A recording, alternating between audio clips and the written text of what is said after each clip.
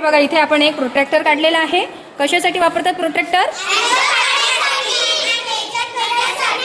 आणि angle major करण्यासाठी. आपल्याला इथे दरवाजा आणि भिंत यातला एक अँगल काढायचा आहे आणि तो मोजायचा आहे. ठीक आहे. आणि आता बघा हा आपण दरवाजा इथे ठेवलेला आहे. किती डिग्रीवर आलेला आहे? 90 डिग्रीला आपण कोणता अँगल म्हणतो? Right angle. 90 डिग्रीच्या आता कुठे गेलेला आहे बघा? 100 डिग्री. म्हणजे कोणता अँगल झाला आहे?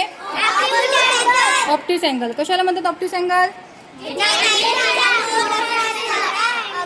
90 डिग्रीच्या जास्त असणारे अँगल कोणते?